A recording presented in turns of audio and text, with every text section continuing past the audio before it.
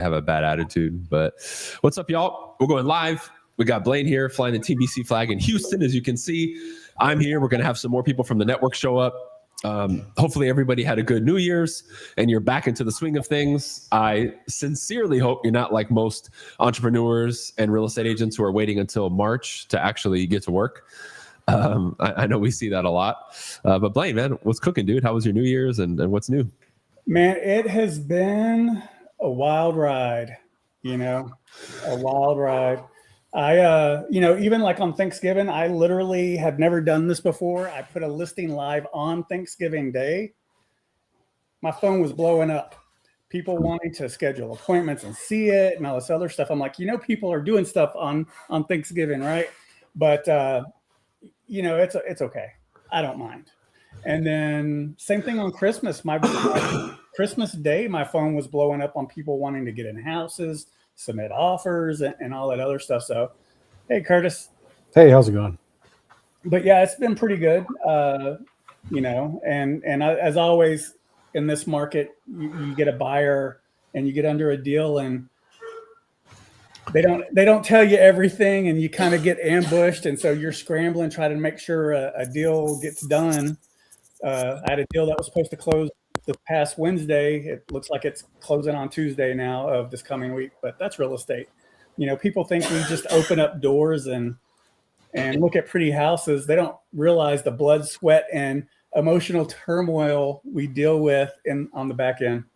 Yeah, absolutely, man. And that completely contradicts what people say. Oh, nobody does business during the holidays. You posted it on Thanksgiving Day and people were blowing you up. That's wild, man. Did you expect that or were you surprised?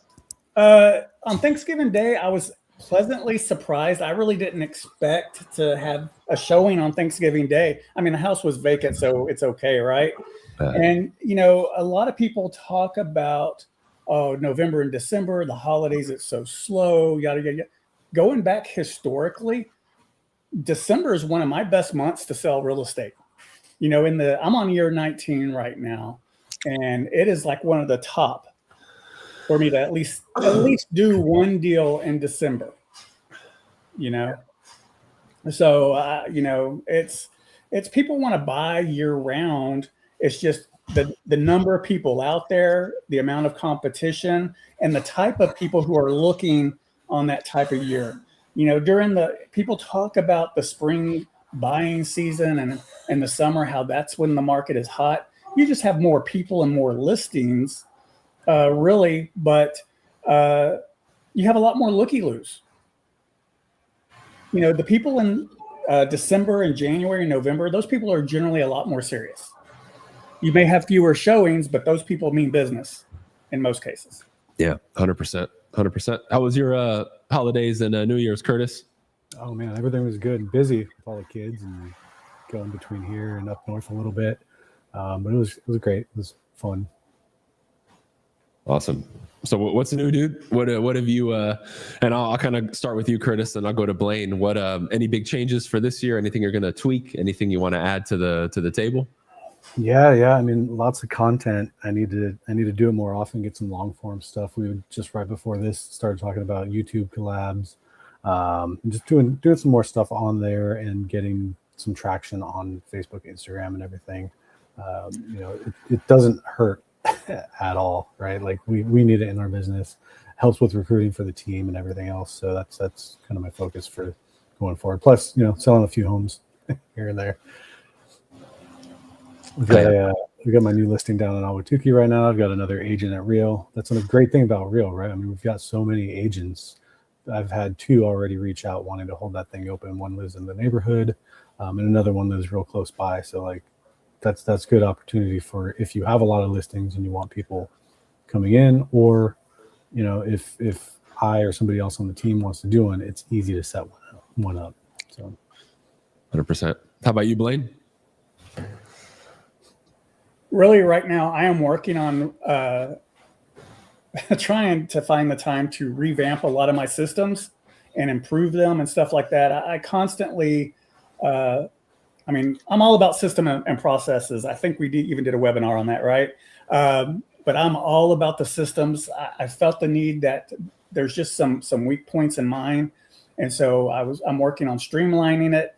and improving certain parts of my processes in my business. And that's really what I'm focused on, and getting that done. Sweet. Hell yeah, dude. It's been pretty wild. I think we added like 3 or 4 people to Team BC in December. I think 7 or 8 people have already joined me so far this year at Real, which is pretty wild. But we're kind of in that season of change, you know? And it's interesting to me because they recently released the statistics for 2025. And I think it was like 86% of agents sold either 0. Well, 72% sold 0. 86% fell between 0 to 4 sales for the year. Now, does that statistic surprise either one of you, or is that kind of what you expected?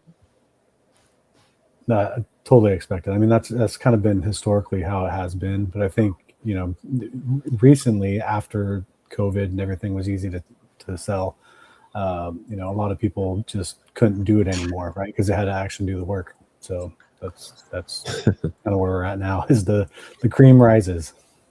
Yep. You know, in a great market, people can fall ass backwards into a deal, right? And make some fast money by doing nothing.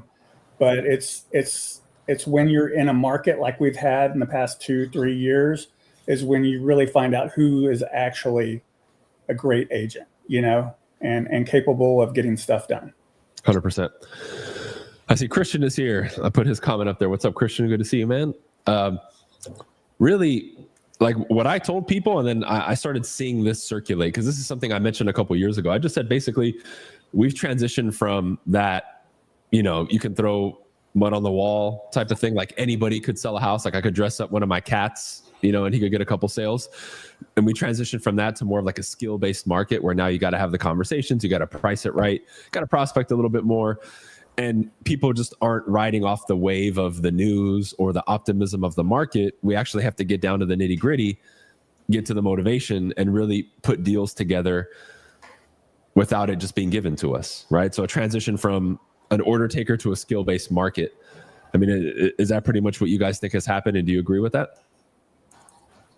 Yeah, I mean, deals have always been, you know, except for the, you know, in 21, 22, kind of difficult to keep together, right? Like it takes a lot of skill to make everybody just not happy enough to keep the deal going. So, I mean, there's a lot of skill in managing both sides of the transaction. You've got a lot of people with a lot of emotions and a lot of money on the line. So I think, you know, you want a professional doing that. And because it's so easy to get into this business, I think there is a lot of lack of skill early on. Some people can do it really good right off the bat, but I think training, coaching, you know, being on a team, you know, that gets people kind of ahead of the game, especially the first couple of years. Yeah, Blaine, you want anything to add to that? Yeah, no, you know, this year, 2025, and this first part of the year, I probably had more deals fall through than I have at any point in my career. And a lot of it has boiled down to the buyers weren't honest with anyone in this process. They're not being honest with the lenders, and they weren't not being honest with their agents. And of course, by default, then they're not honest with me on the listing side. And so I've had 2 deals completely fall through. I had one that almost fell through, but we managed to work through it. It's the one that's, I think I told you this off camera, maybe, was supposed to close on Wednesday, and we're closing on Tuesday. That one we managed to save. You know, but it's just and it was a struggle. It was very stressful for everybody just trying to get it done. And I had to actually pull the other agent into actually performing their duties and doing the job, because in the beginning there was no communication. It was hard to get anything done. And finally, you know, I had to sit there and have a little talk with him in the way that Blaine does. And he's been very communicative at this point, and it's been awesome. So, yeah, I'm glad you brought that up, man, because I've lost count of how many times I've had to literally step in and do the job of the other agent, which pisses me off because we're not getting their paycheck, right? But is there something that you guys do, you know, now that we're on this theme of like a skill-based market, is there anything in particular either one of you do to kind of set the tone and expectations with like vendors, you know, and other agents going into a deal just to make it smoother? Is there any like best practices that you guys would recommend or that you follow personally? Curtis, you want to go first on that? I mean, so on this listing that I have right now, I've got a woman holding my house open, and she was just flabbergasted that I had put the disclosures and other items in the MLS under the document section. Like, she's like, "You're a unicorn." Like, basic things that people need to be doing to make the transaction easier from both sides. Just communicating early and often. And just we have a lot of tools that we can use, so we need to use them and not just wing it. I think a lot of people just toss it on there and hope for the best, right? So, like, just go out there, do your job. If you have documents, put them in the thing, share stuff early. If you know stuff about the house, that can be helpful before writing the offer, right? Have a chat with the agent. And if you're on the buying side, don't just write an offer and send it, right? Like, without talking to the listing agent. You want to get as much info as you can, find out the motivations of the sellers. There's just a lot of things to do that a lot of people don't. Like, I get offers in my inbox from people I've never even talked to. So it's just, it's strange. It's a strange place. Yeah, and I agree with Curtis a lot there. I do a lot of that as well. I put a lot of documentation, anything I can, the disclosures. I try to have all that loaded, and it's called attachments in ours, but I get it all uploaded there. And I include, I call it an offer guide. A lot of agents who do it kind of try to dictate terms in that. I don't do that. I leave it open, but I'm saying, here's information you need. Here's the seller's name. Here's the my broker, all this information that goes on the contract. That's not a negotiable item. It's just information. I put a lot of that on there. If there's additional exclusions or there's exclusions on top of the MLS, I put it in that document as well to let them know. Or if there's any kind of, hey, we're willing to consider offers on this furniture or whatever, I put all kinds of extra notes in there. I'll list the upgrades. I do all of that too. But a lot of what I do too to try to make my deals go as smoothly as possible, and usually they do, is, I operate and dealing with vendors as well. I'm kind of above board. I don't try to do anything shisty, nothing like that. I'm always close to my vest, supposed to, out of my fiduciary duty, but I'm not a scumbag about anything. I'm all about disclosing anything, even if it's questionable, just to make sure everybody's happy. Of course, I'm always looking out for my client's best interests, but I'm not trying to make it into a contest where I'm going to win and destroy them. It's why can't everyone be happy? And as long as the other agent's being cool and all that other stuff, it's going to go smoothly. But if they start pulling shenanigans at first, if I figure it's a lack of training or they're new, I try to guide them as best I can in that process, and we're good. But if they get out of pocket, then they're going to see the other side, and it's going to get ugly. And I try to avoid that. And I've been lucky in that hasn't happened a whole lot, but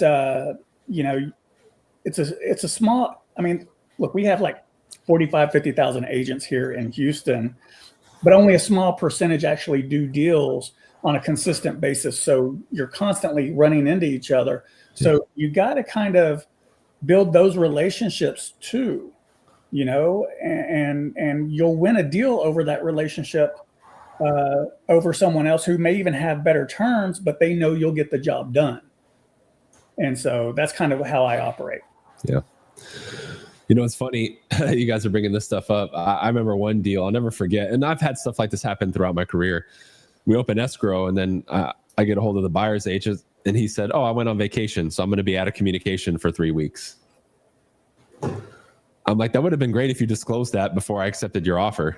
You know what I mean? And of course he hid it from me, Yeah. And that was one of the deals where I had to step in and do everything, so much so that then I actually got the dude to pay me a part of his commission. Because I said, dude, we're not going to close this unless you give me a point of your commission, because I literally did your job for you. Right. And he agreed to it. It took a lot, but I got it. And it just blew my mind. I said, man, I wouldn't even, just having a conscience as a person, being a fiduciary to your client, I wouldn't dream of doing that, because I'm leaving my client, hanging. It's crazy. So I guess a question I want to ask you guys, and you let me know if you agree with this. Do you think the bar should be raised in real estate and it should be harder to get your license, or do you guys think it should remain as is? Absolutely. Absolutely. I mean, it's already kind of expensive to get started in this. Most people don't realize, between the classes and all the fees to join associations and all that other stuff. Yeah. But I think, and not necessarily raise that, but I think that there should be, like, inspectors have to apprentice X number of hours or so many deals or whatever. I think we need something like that where you have to be guided and driven through the process by someone of experience who hopefully knows what they're doing. But, And that the way our industry is, that we're all 1099 contractors, like it's tough to force people to do anything, right? Because, then you're becoming an employee. But yeah, I mean, there could be a smart way to get people better, licensed better, continuing education we already have. I don't know if we need to do more of it or just have a minimum, number of transactions or something to get a different tier at least of a licensure. I don't really know the answer, but there is a way to do it. Yeah, I think we most definitely should. What that looks like, I don't know. I guess that could kind of be up for debate. But, and you guys tell me if you agree with this. I think a lot of people, especially now, and I've seen this probably the last 5, maybe even up to 10 years. I think a lot of people are coming into real estate thinking that it's like glorified 9 to 5. And like, you're going to be told what to do and given everything. So they don't really realize that you're an entrepreneur and you got to figure it out, right? And everything is up to you. Like, instead of viewing it in traditional entrepreneurship, like, viewpoint, they view it from, well, everyone's going to give me something and I'll be okay. And I just have to kind of follow instructions. Do you guys agree with that? Or do you think I'm off? Because I've been noticing that the last 10 years.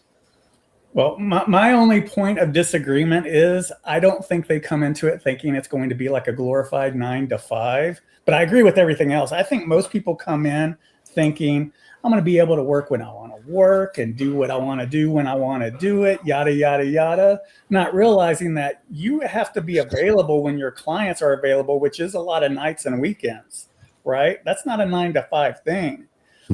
I also think they don't realize that people aren't going to hand you business. You don't know enough friends and family to keep food on your table, and it's not their responsibility to do that. You have to go out there and hunt, and you have to be able to market yourself and get deals, get clients and stuff like that. And I don't think they realize how hard, at least for me, how hard that is.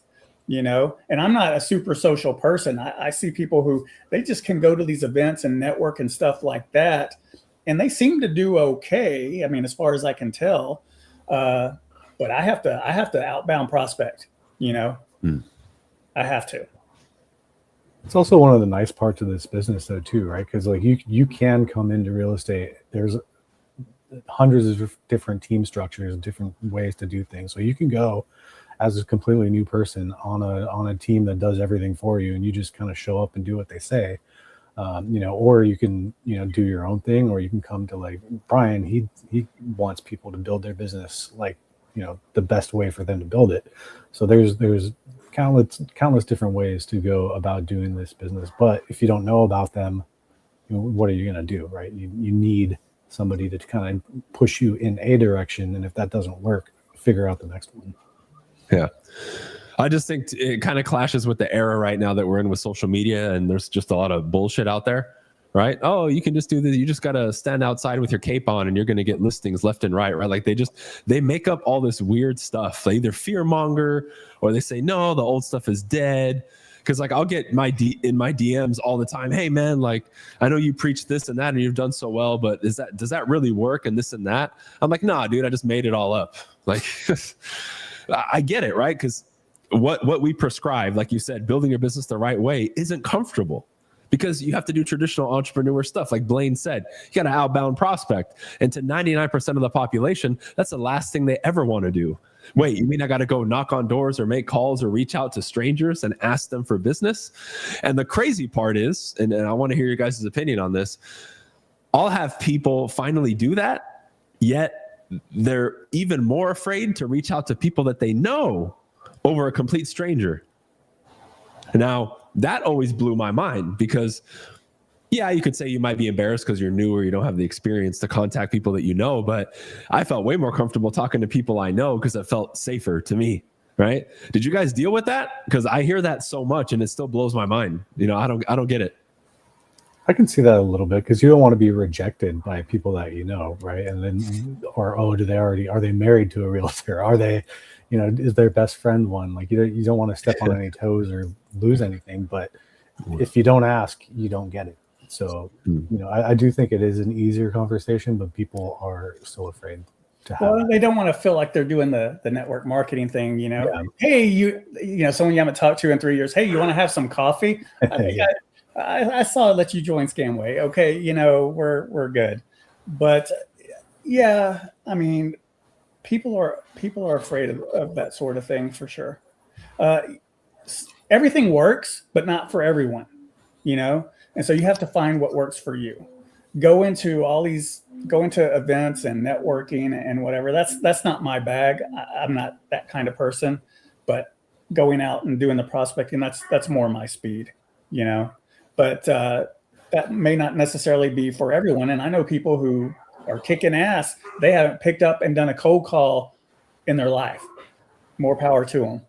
But, people think that that's going to necessarily work. That actually works for a small select few, I think. Just like the social media stuff. There's so much noise out there. People think I'm going to post on Facebook or Instagram or start dancing on TikTok. And people are going to trip over themselves to help, get me to help them buy or sell a house. That ain't going to happen there, kiddo. Yeah, I mean, the old school stuff worked while the MLS was still in books, right? Like we didn't have the internet. We didn't have, we didn't have social media at all. Like people had to go out there, knock on doors, make phone calls, do things. And that there's no reason why that stuff wouldn't even work better now.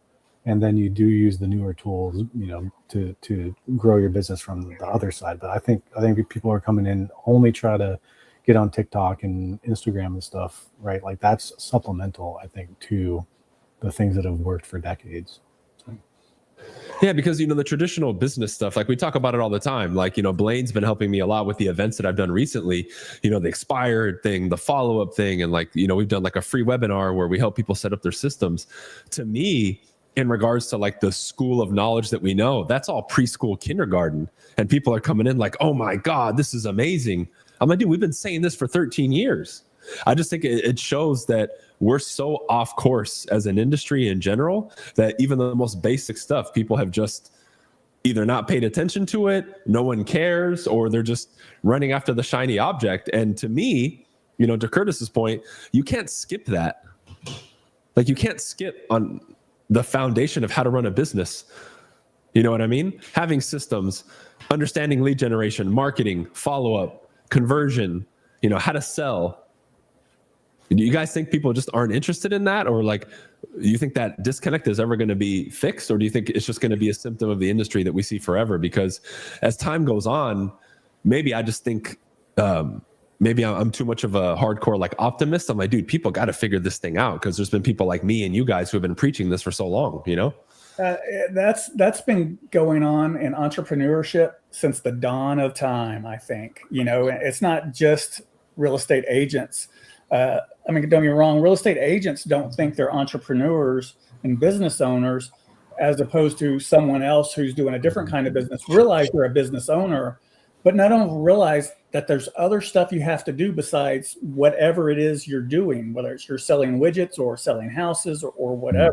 They don't realize you got to keep the books. You got to drum up business. You got to market. You got to do all these. You got to pay the bills. You got to hire employees if you're up to that point, and God bless you if you are. But you got all this stuff you got to do inside of whatever it is you're doing, and they don't realize it, or they don't know how to do it, or they don't figure out a way to get by until they are making enough to hire someone to do it, or they try to skip a step. I think it's a mistake, and I know I'm rambling here, but I'm passionate about this. I think a lot of real estate agents too They get new to the business, and all of a sudden, boom, they're trying to hire a transaction coordinator to do their, to do all their paperwork and stuff. I seriously, firmly believe you need to do that paperwork until you can do it backwards and forwards. Then you hire it out, because how are you going to know you've got a crap transaction coordinator if you don't know how the job's supposed to be done? Yeah, I think you, there's a lot to the business, right? On the business side, like don't even start talking to these people about, making a PLLC or an S corp, or how to do tax strategy, or, ways to make their business work. And then all the things, like if they do want to start a team or something, in the background, how many systems and stuff that there is to manage people that, really don't want to work for somebody. That's why they came to this business anyway. So like everybody I talk to, when you ask them how much do you want to make, almost everybody is 100 grand, right? So like at that level, you're replacing a job, somewhere, a decent job, right? But like you're not building a real business at that point. So it's not taught in real estate school. Like none of that stuff is, like, right? You're taught how not to break the law.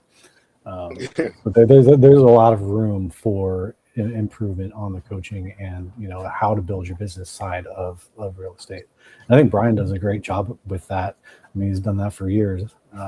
It's just, how do you get the millions of people that join the business every year to see that and take it in and like really use it, versus just somebody trying to get a new job, trying to make a wife or a husband that are stay at home, that want to just replace, not go to work but make some money. Right? There's a lot of that in this industry. So, Well, I mean, I'm sure not everyone wants to own a business that's being a real estate agent, right? So maybe they just want to earn some money, and there's nothing wrong with that. But if you truly want to build something, it's more than just a job. Can I jump in? I just wanted to say two things, just as far as your comments. They're really good. Number one, Curtis, you got to make like 300K to make 100K. Like you got to run your business off of profit first. People don't realize that. They don't even know that there's a financial system to running a business. So that's the number one mistake. You actually got to make more, right? And then two, what you're saying, like, when you're starting to, Blaine, you said something that was powerful. As far as like running the business models, some people need to be on the team. They actually shouldn't be working for themselves. They're really good at sales, but they're not good at running a business. So it's two different things. So that's where like the team structure comes in. Okay, you just want to make money. If you want to make that 100K, go under the team. But you don't have the operational stuff. You don't know the system stuff. So you're going to fail. That's part of where the failure comes in.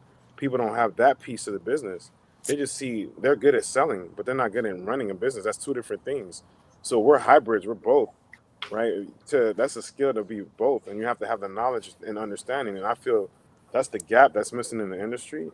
And I see so many people that come from like, they're a bartender, they come from other sales industries and they do really well.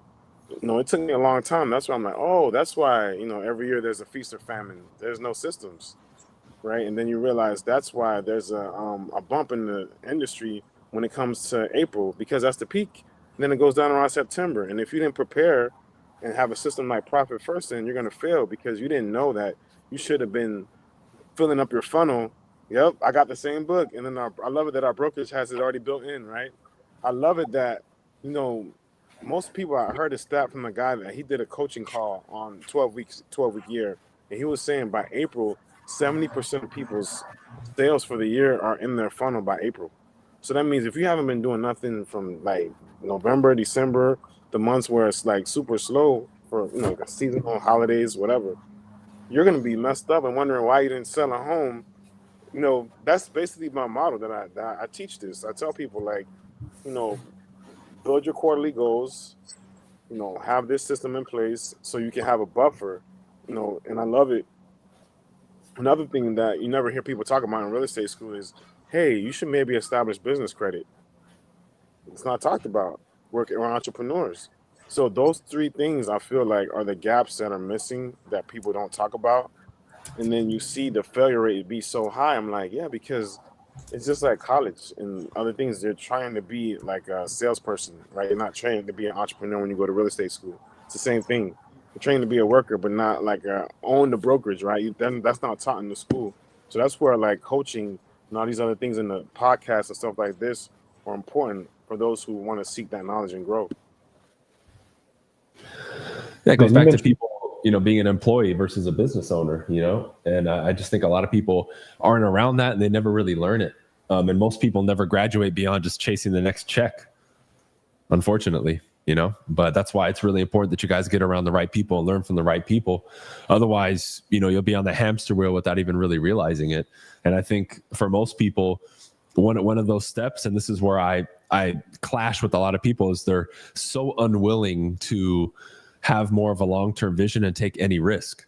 Like what JR brought up is huge about some people should be on a team, but those same people who could be in that role will now complain, well, my team leader is going to take 10%. I don't want to give 10%. Yeah, but what if your production goes from 100K to 500K? You're not going to care about that 10%. But because you're so concerned about the 10%, now you won't take that step. And I hear that all the time. It's like, bro, you got to put money into your business too. Well, you think you're just going to show up in real estate and not spend a penny and be a multimillionaire? Again, people, they're not learning. You brought a business credit. I guarantee you 90% of agents are going to say, what is that? They've never even heard of it before, right? So at the end of the day, you don't know what you don't know. And I think that was the biggest eye opener for me, even just being in my original real estate office, which is hearing the conversations of all the top dogs. I was like, man, I thought I knew a little bit, or that I'm headed in the right direction. These guys are on a different planet. I need to get with these guys. And then I did everything I could to learn from them, follow in their footsteps. And I did what I had to do, right, to get to that level. But I really think people more than ever now have to really be committed. Like, you really have to commit to this business to squeeze every drop of juice out of it and actualize the potential to make more money. Because that's what I see happening. Technology, all these websites, realtor, AI, all it's doing really is raising the bar. You can't get away with being mediocre anymore. You actually have to bring something to the table.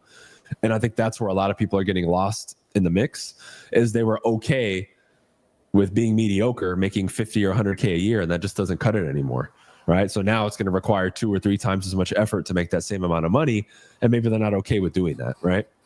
But yeah, good to see you, JR. How was your New Year, bro? How you doing? It's been good, man. A lot of momentum, a lot of great new partners. I connected with a few of them. We're getting referrals out there to people, as you see. So it's a lot of excitement. The news is buzzing. I try not to watch it too much, but I just watch it for the stats on real estate. And you shared some good stats the other day, and I'm like, man, there's so many different ways to make money in this business, and it's just, now that you have technology coupled with different models, there's so much opportunity for agents. Because one thing that changed me, like, as far as the last couple of years, was actually studying other businesses outside of real estate. Because you can be so focused on real estate, you don't notice that there's other things that we're doing that are wrong in our industry, right? Leverage models, for example, right? That's the best way. That would never work in anything that's not leveraged ever again. It just doesn't make sense. Because, like you said, the hamster wheel, right? The transaction treadmill, knowing all the data, knowing all the things like that. And then it's like, you got to squeeze, even brokerages. Like, if you look at a brokerage, right? Not telling people not to focus on just doing one thing, but like, what can you do as an agent, right, to make more money as an entrepreneur, right? Once you focus, you master selling, great, but there's only so many sales you can do. You're only one person. So what other things can you do out of that same client? I love how some brokerages have different verticals. I love how, like, different entrepreneurs, like Bryan, has coaching. Like, what else can you do? I think, I was sold the other day by someone that we work with, a partner, and he was saying, sorry, I'm out on my porch. There's a helicopter going by, if you guys hear. But he was saying that you should create a team. And I was very hesitant, because I'm like, I have one kid and I don't want to be like chasing after adults. But then he made it a point where he's like, you're never going to really get to their goals and truly be able to exit without building it right. Because the struggle for myself and a lot of people is you're producing, but you're also building at the same time. So it's kind of like two different focuses. So it can be challenging, because you feel like you have to be a rainmaker, produce, show the blueprint, but then also, coach and train to have the time. And it's like, man, there's only so much time in a day, and then bills, things like that, responsibilities. I was like, I don't really want to do it, but that's my big goal for this year is to build a team, master lead gen, which I think is the number one thing that everyone should be doing. If you haven't read it yet, you need to read the book The Shift, especially chapter 4. It talks about this market right now. This is the same market that was in 2008. So that changed my thinking last year.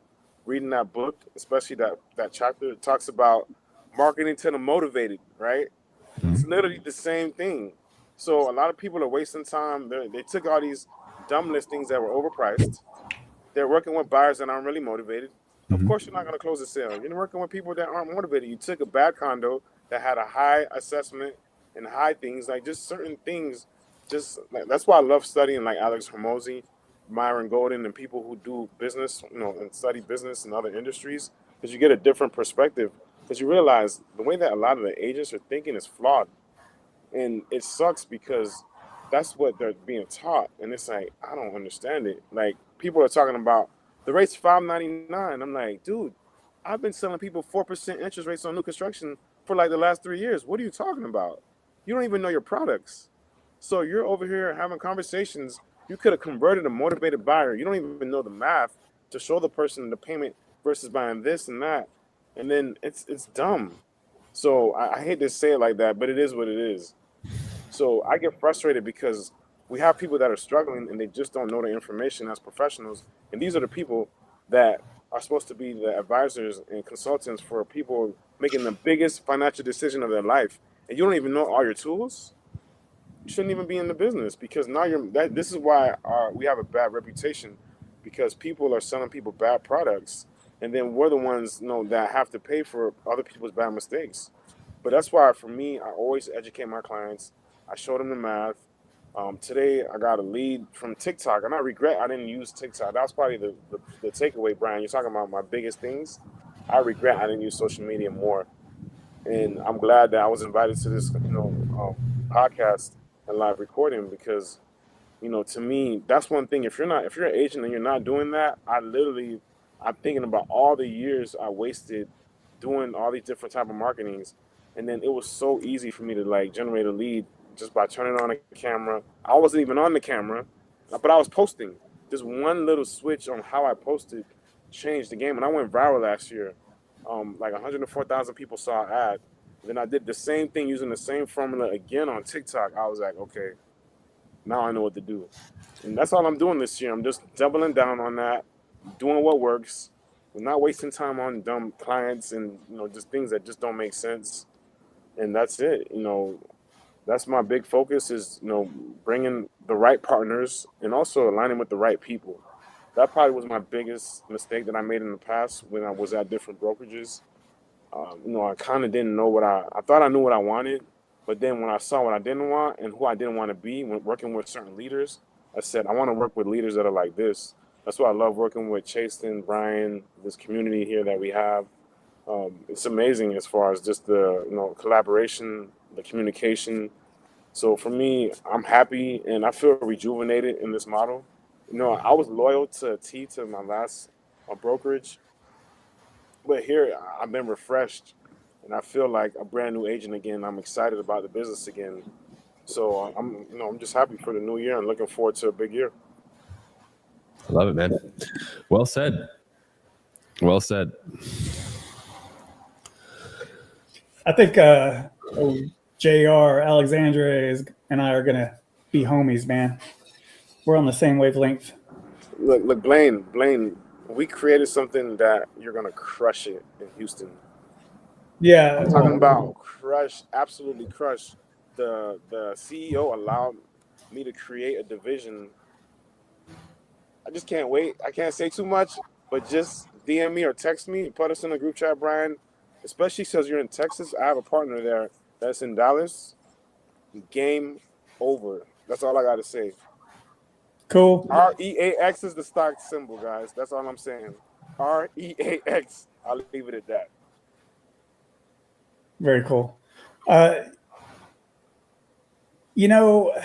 you had said something earlier about, people not being willing to spend money or whatnot to grow their business or whatever. And I think one of the things that people that includes it in that is about splits and stuff like that. I've been part of a flat fee brokerage, where I paid not even a transaction fee, none of that, just a monthly fee and all that other stuff. But really you have to look at what do you gain with that brokerage and what you're paying. There's got to be an exchange. There's got to be some value there, right? So I don't mind any of that. I don't mind being at Real and having a 15% split until a $12,000 cap. That's nothing with what I get in exchange for it. It pays for itself, and being part of Team BC more than makes up, for that as well. So I think people need to if they're really wanting to do something, they need to take a serious look about what they are willing to do and what they're willing to sacrifice to get to where they want to do, to get to where they want to go and do what they want to do. And like we said before, there's endless opportunity for people with different skills here, right? Like someone might just be really good at the sales part, right? Like they're good at meeting people, getting them into the system, but they're not good at the background ops stuff. So then they can make a lot more money being on a team, even if they're, even if it's at a 50-50 split, right? Like there's a lot of teams that operate at 50-50. I've heard the term, would you rather have half of a watermelon or one grape, right? Like you're going to get more out of doing what you're really good at over time and let other people handle certain things. But there's also other people that are really good at running a team, right? They might not be the best at sales, but they're good at getting people in the right spot. So like there is so much to do in this industry, like a lot of opportunity, but you have to want it. You have to be good at what you're doing, and you have to grow every day, right? Like you have to have a coach. You have to, like, I don't know how much content on growth you guys watch every day, but I'm constantly on YouTube and reading books and trying to grow as an agent and get, other, like JR said, you're learning from other types of businesses too. So I think just an entrepreneurial spirit is necessary no matter what you're doing here. I think a lot of agents make the mistake too of thinking and only consuming real estate content as well. If you want to innovate, you got to look at other industries and say, hey, what are they doing over here that maybe I can parlay into what I'm doing here and maybe tweak it to have success or to do whatever it is I want to do. That's a fantastic point, Curtis. Dude, I've been telling people for 13 years now to study and implement things from outside of real estate. Even after probably 2 years on YouTube, I started talking about and bringing different subjects to the table. And what did I hear? Just talk about real estate, bro. But I'm telling them, like, dude, especially like within the coaching program and everything else, it's like all the stuff that you guys are hearing and learning is stuff that I brought from outside of the industry. But I've been telling everybody and screaming it. But again, we're very closed-minded. And that's the reason I think the industry is headed in the way that it's going. Now, I don't necessarily view that as a bad thing. That's really what just allows us as individuals and as our network to really separate ourselves and be the cream of the crop. That's why we're going to continue getting most of the deals, most of the listings, and most of the transactions. But it's not like we're not giving out the game to people and kind of letting them know. It's just they have to decide who's going to follow it or not. So I really think that is kind of the difference. So when you look at our community, how we collaborate in our network, well, that's definitely an advantage is we're out of the box thinkers and doers. And I think that's really important moving forward because even the transition you've seen in the real estate models and brokerages happen in the last 5 or 10 years is indicative of that, right? What's evolved is moving forward and accelerating at a rapid pace. And what stayed old and traditional is falling apart and becoming non-existent very, very quickly. So people just kind of have to decide what are they going to do and which side are they going to be on. And hopefully you make the right decision. Hey, Bryan, you're preaching, man. Like literally, you're spitting some serious knowledge right now because, I mean, all three of you said some really powerful points. And Blaine, you're talking about splits. Look, man, you got to give up something to make something, right? Just me being in this room, right? I got access to Bryan. I didn't have to pay necessarily coaching per se, but I know if I want more intimate time, like to get that specific time, I have to invest, right? You have to invest. check or sweat, one of the two, right? You're going to learn it on, go to YouTube University, or you're going to go to someone that just did it and you can get it from him in like an hour or two of his time, right? Through coaching. So I believe in that. And number one, the split to me doesn't matter because at the end of the day, I've been at every single model. I've been at a super low discounted one, been at a luxury boutique, been at a rev share company before. This is hands down the best model just because of the math. At the end of the day, you're an entrepreneur. Like, I'm not going to talk about any names, on here, but you have people that are obsessed with brands. I'm like, dude, you're the brand. People see me and see you. 80% of what does the data say? 80% of clients meet with the first person. They're not asking who do you work with. Like, why does it matter? So if you're an entrepreneur, you gotta look at like, what am I taking home, and what does my retirement look like? That's the most important thing. I don't want to be a professional realtor in my 60s, not even my 50s. I probably want to retire like, I've already looked at how old my son is now. I want to be really involved with him in his teenage years. He loves sports. I want to be able to travel and go to games and things like that. I don't want to be tied into like having to worry about doing an open house this weekend.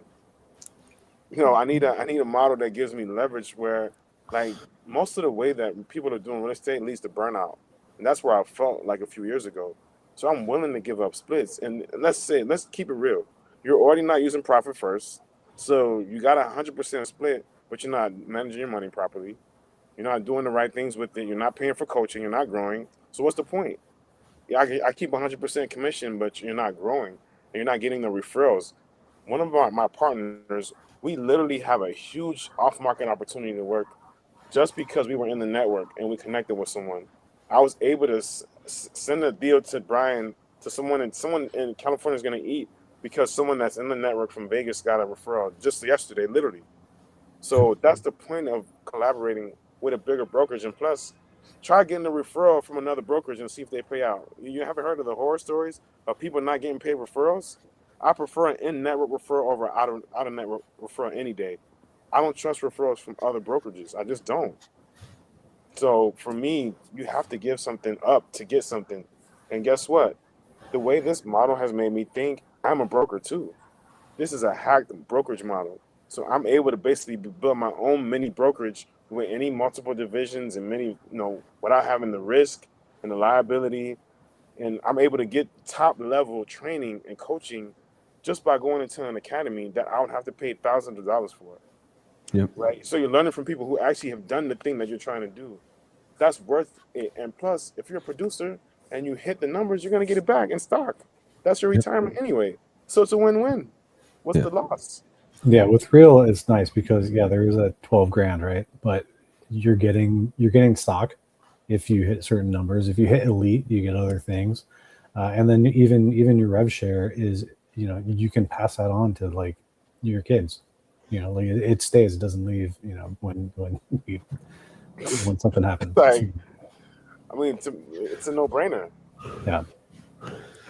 Yeah, I didn't even have my biggest rev share check, but I still made $9 grand last month from rev share, and it's going up. Like I think by the end of this year, I'll probably double or triple it easily because I just, like I was telling these guys earlier, since the beginning of the year, I think 7 or 8 people have already joined me at Real just in the last 2 weeks. It's crazy. Yeah, and I think a lot of people think, oh, if I go there, I have to recruit and just do that, and I don't want to do the MLM thing. That's not how it is at all, right? Like if you're doing your job well, you're going to naturally attract people, and you're going to fill out, your network. I mean, Bryan has 300 something people on his. I would like to get to 1/10 of that, at some point here. But yeah, like there's opportunity abound, especially when you're connecting with the right people. Yeah, you guys know me, right? You see me being cheesy and trying to recruit people all the time. No, I mean, I bring it up from time to time, but I'm not hardcore recruiting. Just like he said, it's mostly attraction based. 9 out of 10 are reaching out to me. I'm not hounding people. Just in the last 3 weeks, I had 5 or 6 people DM me and we set up calls. They DM me. I didn't reach out to them like, hey, talk to me. This, you can say, is an indirect format of it, but we're not saying, hey, join us. We're just sharing what we do. And hey, if you think you vibe with it, come join us. And that's the new model of the future. And everything I've done over the years, whether it's my coaching or that, has been primarily that. I'm not hard selling people anything. They're coming to me.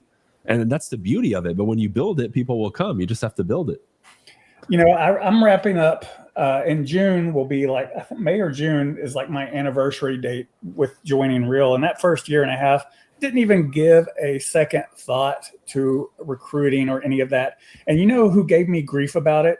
Absolutely no one. Nobody gives a shit if I recruit or not at all. You know, if you don't want to, you don't have to. End of story. I mean, once you see the benefits, you'll probably change your mind. But, you know, I didn't even give it a second thought. People were like, okay. Well, here's a juicy question, fellas. Can you see it on the screen? Yes. Louis says, just a question. Why is Real better than EXP? I don't know either. Just wondering. I heard EXP is the new thing out there. Or the new thing out there. I don't know if I would say it's the new thing, because I think they were the first really cloud brokerage out there. I think Real kind of perfected it, to be honest. I mean, it really depends on which is better, right? It's what's going to suit you better. And there's other factors besides what they offer. It's like who you are collaborating with. You know, I was at EXP and I was paying more at EXP than I do at Real. You know, if it's a numbers thing, you got to look at the numbers, apples to apples, and see if what you're getting for what a $20,000 or $25,000 cap at, I don't know what it is, so don't come at me, but it's like 20 or 25 grand, 18, whatever it is at EXP, plus their monthly fees and their tech fees and their broker review fees and all that other stuff. You got to compare. If that's what's important, then compare that. And if you don't have any business that matches, you know, because you're new, so you don't really know, just do 50,000. If I made 50,000 over the course of, say, 10 transactions or whatever, or 100,000, whatever that number is to you, and just compare what your fees would be and what you would walk away with. And then once you know what you walk away with and what you are paying to that brokerage, see what they're offering and see what you're getting that is going to benefit you, and see if that makes it worth what you're going to spend into it. But there are the intangibles too. I could have went back to EXP. I came to Real because I have proximity to BC. I've got proximity to Curtis and about 300 other ass kickers and name takers that are part of our downline. That proximity is a lot better than the proximity I had at EXP. And that's what really was the driving force to me, and why I left 100% brokerage where I literally was only paying $95 a month. No broker review fees, no transaction fees, none of that other stuff. I'm literally making more money by spending more money because I'm at Real now and I've got proximity to ass kickers and name takers. And we are able to vibe, inspire, and collaborate together to take ourselves to the next level. And I agree there. And we're not the only two with this model, right? There's smaller ones popping up everywhere. I mean, I've heard of places like Fathom, and there's other places that do kind of what we do. But if you have to look at, both sites, check out what they offer. Like we have Real University, we've got Real, we have opportunities if you want to originate mortgages with Real. We've got all kinds of things to do. We get discounts on like Lofty, right? Like we get that for 50 something bucks a month, and that's like $500 to $1,000 of value right there. So, if we have a lower cap plus that, right, you're already at half of your cap for the year going out. So, I think it's a great place to be. That's why I ended up here instead of, the other ones mentioned. But it also depends on why you're joining that place, right? If there's a team that works for you that is at EXP or somewhere else, and they're going to give you everything you need, great. Do that until you want to look again. So, but yeah, I reviewed both of them very closely and ended up at Real. I mean, before I even knew Bryan, I couldn't consider anybody here. And that was last year, and we're growing fast, right? I think we were at like 32 or 33,000 agents now. you know, it kind of speaks for itself there. Yeah. These guys are a lot more. These guys are a lot more PC than me. You know, you guys know my history with EXP and all that bullshit.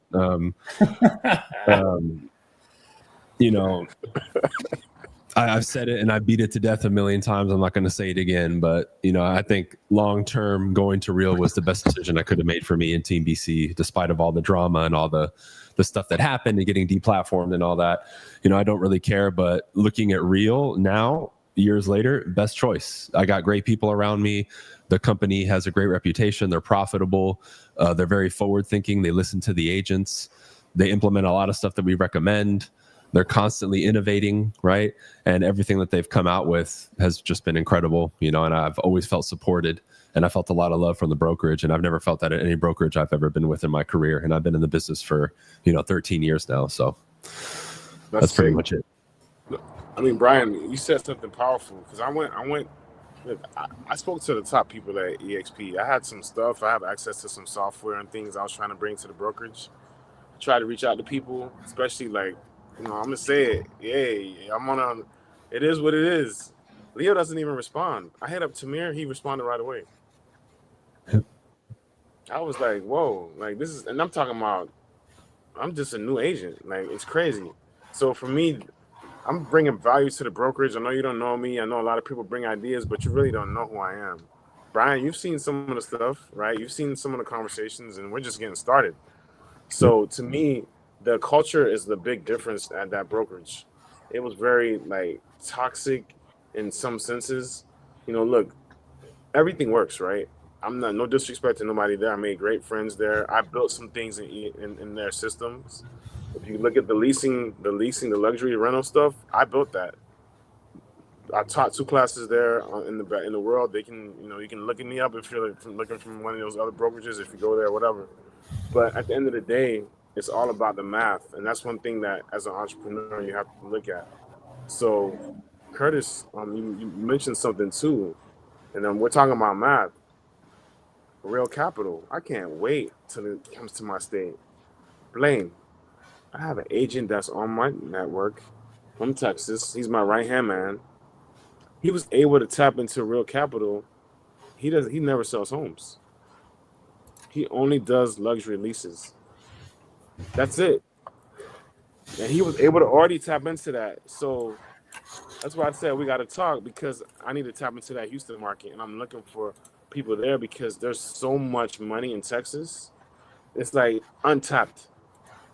So just understanding those type of things, Real Capital. So essentially, this gives you like a business line of credit, right? If you want to do a flip, things like that, like who's offering that, right? If you need to help a client with a roof, you get it at closing. You need to do a flip, like you need to, you know, help one of your teammates. You want to invest in coaching with Bryan or marketing. There you go. So that opportunity there to me is crazy. That's a game changer. And then the fintech, the wallet with the rewards where you can reduce your cap, that's a game changer too. Yeah, you got rev share, but it's not like ours. Yeah, you got a model. It's not our culture. And then we got fintech. That's the unique selling proposition. If you understand that and participate in that, that is what is going to make us different outside of ancillary. Everybody has an ancillary. That's nothing unique. But fintech, show me one. That right there, coupled with the right math and production, the stock is going to be crazy. That's what I care about. I want my retirement to be crazy. So how can you fill that in? So I'm excited. I look forward to what we're going to work on in the future and the new announcements. And, you know, let's keep it going.